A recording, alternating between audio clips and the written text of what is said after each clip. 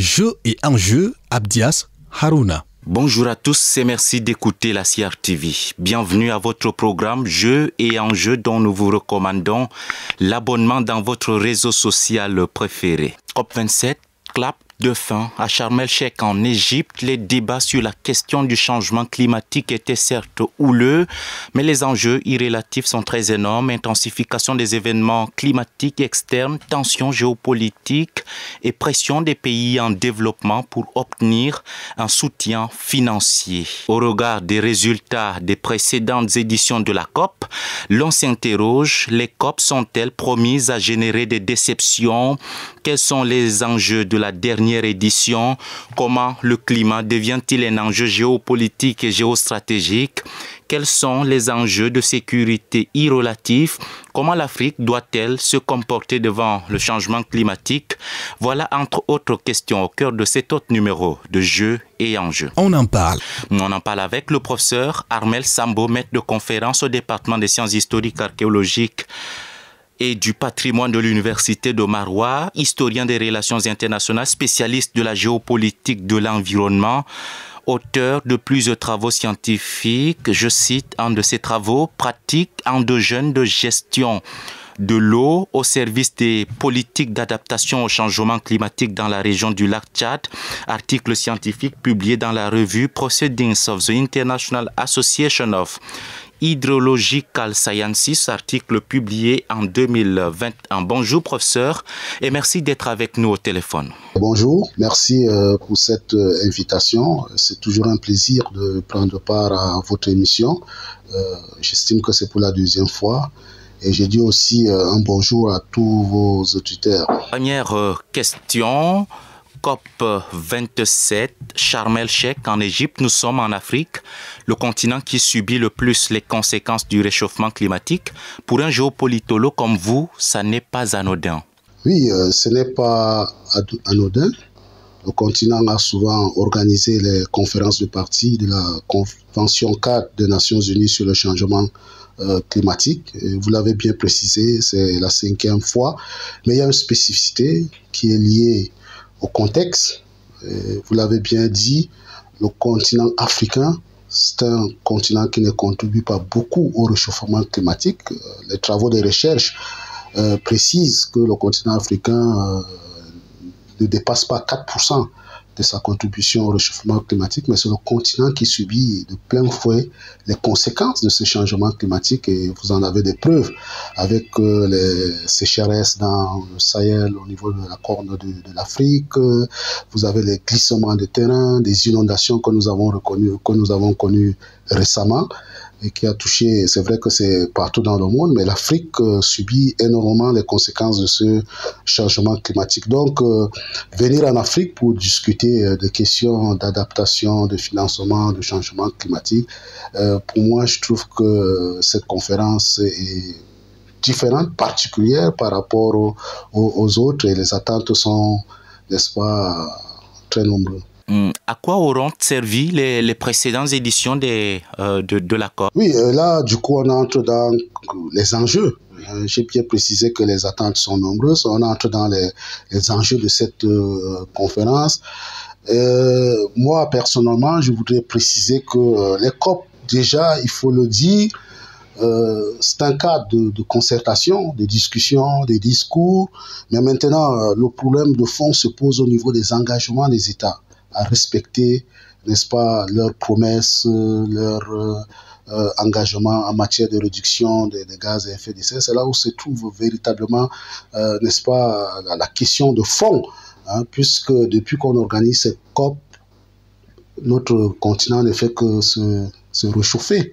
Vous comprenez, aujourd'hui, on est pratiquement au bout d'arriver à 3 degrés Celsius du niveau de réchauffement, alors que les efforts sont faits depuis pour réduire, n'est-ce pas, ce niveau à 1,5 Celsius. Donc vous comprenez que il y a des COP, il y a des engagements, mais le respect, l'exécution de ces engagements pose véritablement un problème et c'est un véritable défi pour le monde et même pour le continent africain. On constate une certaine hypocrisie de la part des pays industrialisés. Le climat n'est-il pas devenu simplement un enjeu géostratégique? Oui, c'est un enjeu énorme pour les puissances de ce continent. Vous savez que les plus gros pollueurs sont les États-Unis et la Chine. Et vous avez affaire à des États qui, par moment, ne peuvent pas remettre en cause leur économie pour ne pas se retrouver dans une situation d'instabilité. Donc, l'impression qu'on a, c'est que vraiment, en s'engageant dans la transition écologique, en respectant ces engagements, etc., on a l'impression que leur économie peut à tout moment basculer. Et ces États font tout pour ne pas tomber dans cette situation. Donc, il est clair que leur engagement devient en réalité une sorte d'hypocrisie, et ça pose donc véritablement un problème de domination, puisque ces États ne s'exécutent pas, et qui peut réagir pour les amener à prendre ces engagements. Et je l'avais bien précisé que les COP ne sont pas coercitives. Vous comprenez bien, les COP ne sont pas coercitives, donc par conséquent, ces États prennent des engagements qu'ils sont parfois sûrs de ne pas respecter. Et vous avez vu avec ce qui s'est passé aux États-Unis quand Donald Trump est arrivé, il n'a plus reconnu les engagements des États-Unis pris pendant la COP 21 à Paris, qui était quand même une des conférences déterminantes dans, n'est-ce pas, les engagements des États. Et donc, cette situation, n'est-ce pas, où un État s'engage, se désengage à chaque moment, c'est le cas aussi avec le Brésil, qui est aussi un État pollueur. Donc, vous comprenez que la situation, pour moi, personnellement, est beaucoup plus pessimiste. Ça ne sert à rien de faire des discours et de ne pas s'engager. On parle d'atténuation, d'adaptation au changement climatique. Concrètement, qu'est-ce que ça veut dire? Vous comprenez bien que quand on parle d'atténuation, ça concerne beaucoup plus les causes du réchauffement climatique. Tout ce qui est atténuation doit conduire, n'est-ce pas, à la baisse des gaz à effet de serre projetés dans la nature. Donc, ça peut être ce que nous appelons un peu tout ce qui est vert. Ça peut être des espaces forestiers, l'Amazonie, ça peut être les reboisements. Donc, l'atténuation concerne directement les questions liées aux causes même du changement climatique. Alors que l'adaptation concerne beaucoup plus les conséquences. C'est-à-dire, vous avez affaire à des inondations, à des sécheresses, à des dérèglements climatiques. Et donc, les mécanismes mis en place pour vivre avec sont considérés donc comme, n'est-ce pas, adaptés comme stratégie d'adaptation. Et vous comprenez très bien pourquoi, lors de ces COP, l'Afrique a beaucoup plus tendance à développer la dimension adaptation, recherche de financement, fonds verts, comment financer l'adaptation, etc. Parce que l'Afrique ne contribue pas, n'est-ce pas, à réchauffer le climat. Donc l'atténuation, c'est vrai que ça nous engage, mais ça ne nous concerne pas beaucoup plus que les questions liées à l'adaptation au changement climatique. Est-ce que pour le citoyen lambda, ça ne voudrait pas simplement dire l'adaptation au changement climatique, que la lutte contre le réchauffement climatique n'est plus à gagner? Finalement, il faut faire avec? Oui, du moment où on n'arrive pas à atténuer le réchauffement climatique, il faut bien évidemment, pour survivre, s'adapter. Et je pense que, comme citoyen lambda aussi, c'est que finalement, on revient à ce que je disais, l'hypocrisie des grandes puissances. C'est-à-dire, c'est comme pour dire, de toutes les façons, on va vivre avec ces phénomènes-là, et donc il faut renforcer la capacité d'adaptation des États faibles. Concrètement, comment, dans le bassin du lac Tchad, par exemple, les populations s'adaptent-elles au changement climatique? Il faut dire que les vulnérabilités au changement climatique sont variables. Si nous revenons dans le contexte du bassin du lac Tchad, comme vous venez de le préciser, on va se rendre compte que les femmes sont plus vulnérables au changement climatique que les hommes. D'ailleurs, vous savez que ici chez nous, ce sont les femmes qui mettent l'eau à la maison, ce sont les femmes qui s'occupent des tâches domestiques, ce sont les femmes qui cherchent du bois. Bref, toutes ces activités-là sont des activités qui sont liées directement au changement climatique. Et donc, ce sont les femmes qui en souffrent énormément. Et les jeunes aussi, bien évidemment. Alors, il y a des stratégies. Moi, j'ai publié plusieurs travaux pour démontrer que ces stratégies existent depuis belle lurette. Il y a plusieurs pratiques, plusieurs stratégies que nos populations, à la base, de façon spontanée, ont développées pour s'adapter soit aux sécheresses, soit aux inondations, etc. Prenons le cas de l'agriculture. Vous allez constater qu'aujourd'hui, il y a une sorte de réaménagement du calendrier agricole par rapport aux précipitations dont les agriculteurs ont de façon spontanée élaboré, n'est-ce pas, leur calendrier qui s'adapte avec cette baisse des précipitations, ainsi de suite. On adopte des espèces ou des variétés, n'est-ce pas, qui essaient d'être moins, n'est-ce pas, gourmandes à l'eau.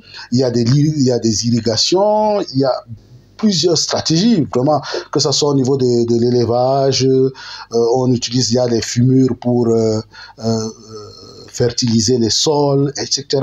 Donc, les paysans ont des stratégies. Ils n'ont pas attendu que les gens viennent de l'extérieur pour leur dire comment faire. Et donc, ces stratégies aujourd'hui, dans mes travaux, j'essaie de dire qu'on peut aujourd'hui les récupérer, les revaloriser et les intégrer dans des cadres stratégiques pour renforcer la résilience de ces populations qui sont vraiment touchées par le changement climatique. Et ça ne nécessite pas beaucoup de moyens, que même nos États peuvent le faire, et aussi des populations ou des organisations paysannes, etc., qui peuvent facilement, n'est-ce pas, s'approprier ces mécanismes, parce que ça fait partie de leur tradition, ça fait partie de leurs us, ça fait partie de leurs coutumes. Quels sont les enjeux de sécurité liés au climat, professeur Armel Sambo? Non, il y a bien évidemment, lorsque nous abordons ces questions de changement climatique, ça touche quand même les moyens de subsistance, ça touche l'économie des populations. Donc, on peut très bien établir un lien entre changement climatique et insécurité.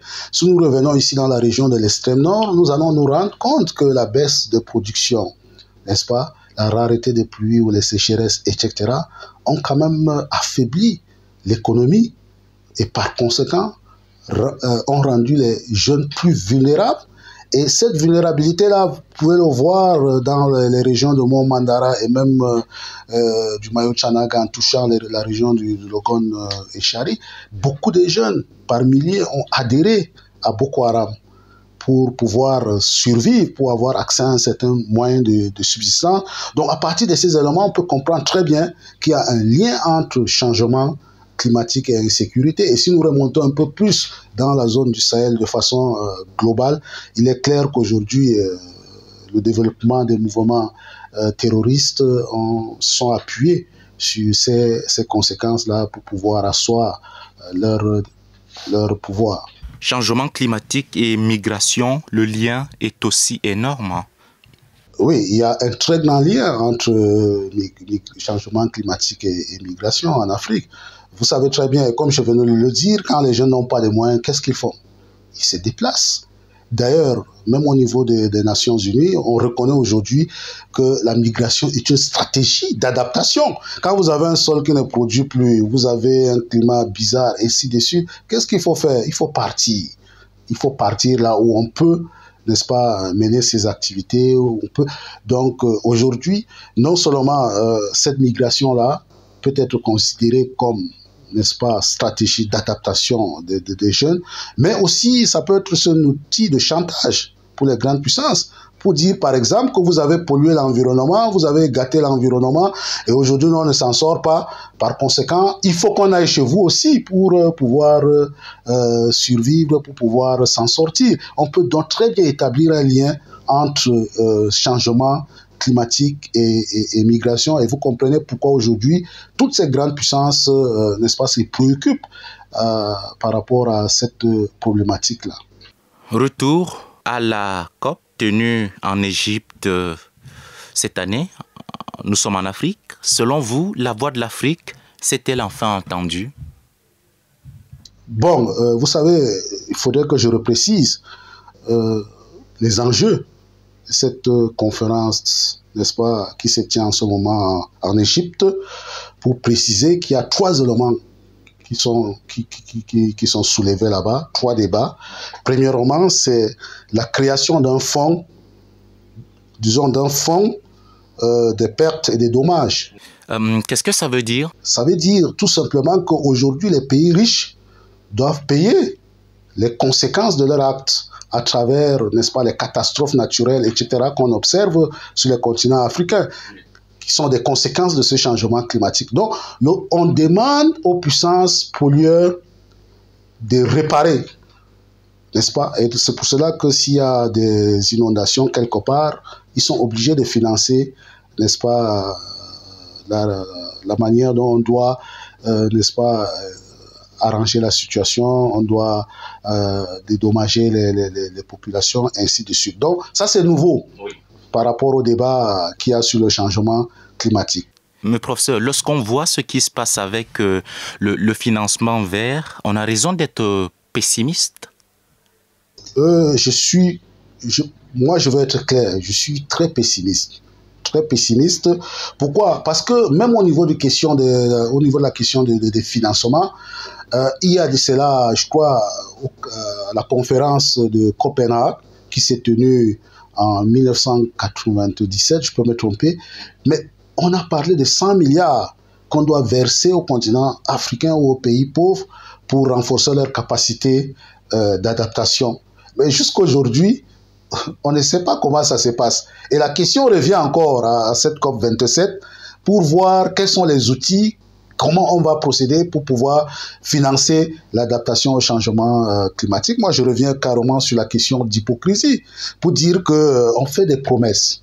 On va vous donner 100 milliards et nos chefs d'État et les participants applaudissent. Mais personne ne réfléchit comment on va faire pour avoir accès à ce fonds-là. On n'a pas fini de parler de financement de l'adaptation. On vous parle d'un fonds vert climat pour renforcer les capacités des États à améliorer leur capacité à atténuer le réchauffement climatique. Mais finalement, on revient au discours de débat. C'est-à-dire, on vous fait des promesses, on vous parle des montants, mais concrètement, sur le terrain, il n'y a rien.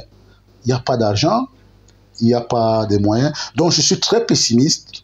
S'il faut que le continent africain compte sur les autres pour renforcer sa capacité d'adaptation. Par contre, je peux être optimiste si nos États africains même décident par leurs propres moyens de pouvoir améliorer nos stratégies, nos pratiques endogènes d'adaptation au changement climatique pour s'en sortir. Quels sont finalement les 2 derniers sujets que vous évoquiez?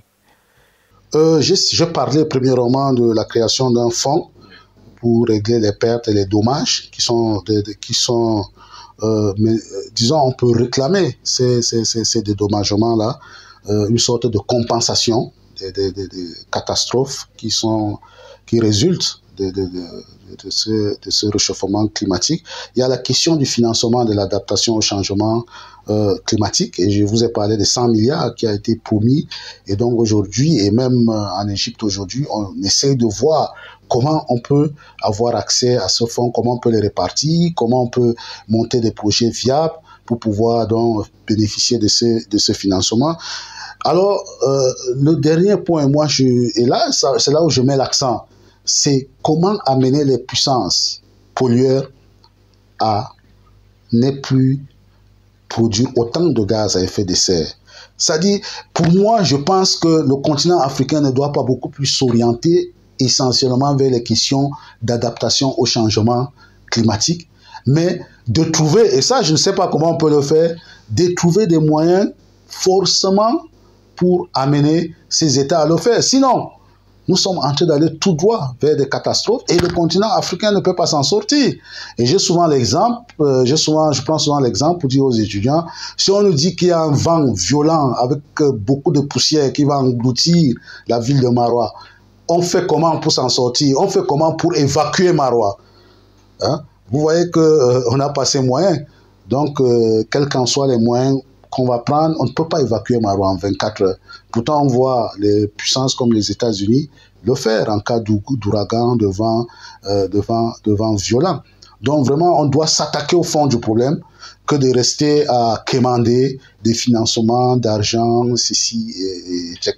Il faut que ces États prennent leurs engagements, il faut qu'ils respectent ce qu'ils disent, et il faut qu'on arrive à une situation de coopération sincère.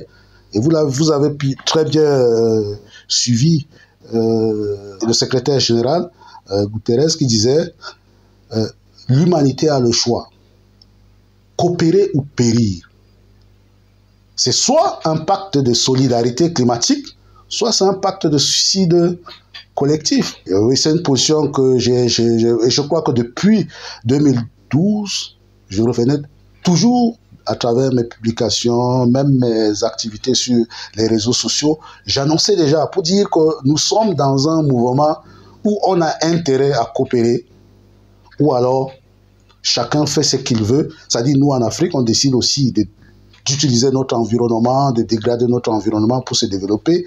Et un jour arrivent des catastrophes où des villages, des villes, des pays peuvent disparaître. Et ça peut arriver à tout le monde, aux riches comme aux pauvres. On revient sur la question de la coopération et de la négociation sur le climat. Vous avez un autre commentaire à ajouter, professeur Armer Sambo? Oui, il y a un commentaire à ajouter au niveau de la coopération parce qu'aujourd'hui, il faut le dire clairement, les autres ont utilisé l'environnement pour se développer. Ils ont réchauffé notre climat. Et aujourd'hui, on voit les conséquences. Et comme la question environnementale est une question globale, c'est-à-dire nous, les Africains, nous avons un peu préservé. Et ce que nous avons préservé aujourd'hui, c'est ça qui sauve toute l'humanité. Et c'est pour cela que tout le monde se tourne vers l'Afrique. C'est-à-dire, quand vous préservez un petit peu l'environnement chez vous, vous ne le faites pas seulement pour vous, vous le faites pour toute l'humanité. Et donc, aujourd'hui, on a intérêt, qu'on soit pollueur ou non pollueur, de coopérer pour que ces situations n'arrivent pas à un niveau où les catastrophes vont se multiplier. On aura des milliers, des centaines de morts. Comment l'Afrique doit-elle se comporter face au changement climatique, atteindre les COP? Oui, il faut bien préciser qu'aujourd'hui, le contexte même, ça on n'a pas peut-être trop soulevé, le contexte de cette conférence-là est marqué par, n'est-ce pas, la multiplication des phénomènes météorologiques extrêmes. Vous avez vu ce qui s'est passé au Pakistan, vous avez vu ce qui se passe un peu partout chez nous, dans le Logone et Chari, ainsi de suite. Et aussi, il ne faut pas oublier la question, n'est-ce pas, de cette crise énergétique qui est la conséquence de la guerre que la Russie mène en Ukraine. Et vous voyez aujourd'hui, vous voyez comment on a des difficultés pour avoir le gaz, comment les prix de farine augmentent, ainsi de suite. Il y a énormément de problèmes.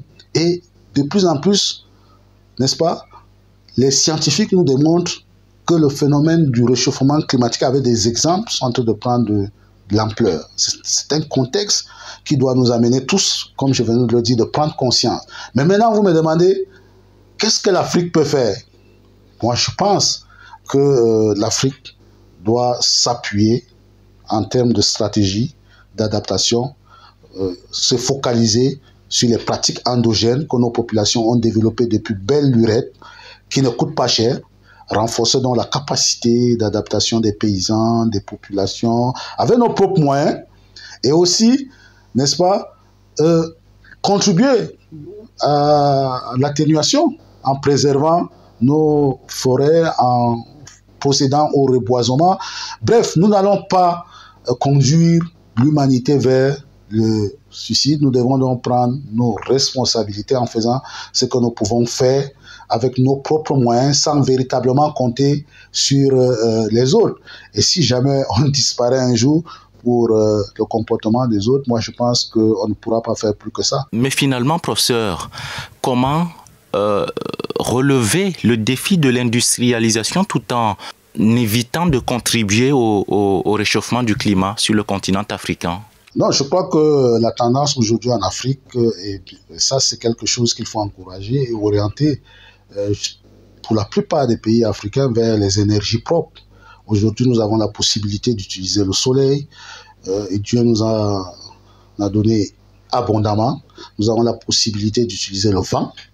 Donc, aujourd'hui, nos industries doivent s'adapter au nouveau contexte en utilisant les énergies propres pour ne pas, n'est-ce pas, continuer à réchauffer le climat. Je pense que la vie vaut mieux que l'argent, hein. Donc, on doit trouver une stratégie, une alternative pour ne pas, pour se développer, pour s'industrialiser bien évidemment, mais tout en gardant à l'esprit qu'on a une humanité, on a un environnement à sauvegarder, non seulement pour nous-mêmes, mais pour les générations à venir. Merci, ce sera le mot de la fin. Merci, professeur Armel Sambo. Je rappelle que vous êtes maître de conférence, historien des relations internationales à l'Université de Maroua. Vous êtes spécialiste de la géopolitique de l'environnement et auteur de plusieurs travaux scientifiques. Je rappelle un de ces travaux, Pratiques endogènes de gestion de l'eau au service des politiques d'adaptation au changement climatique dans la région du lac Tchad. Article scientifique publié dans la revue Proceedings of the International Association of Hydrological Sciences 2021. Merci. Jeu et enjeu touche à sa fin. Je suis Abdias Harouna. À samedi 10h pour une nouvelle édition. Au revoir.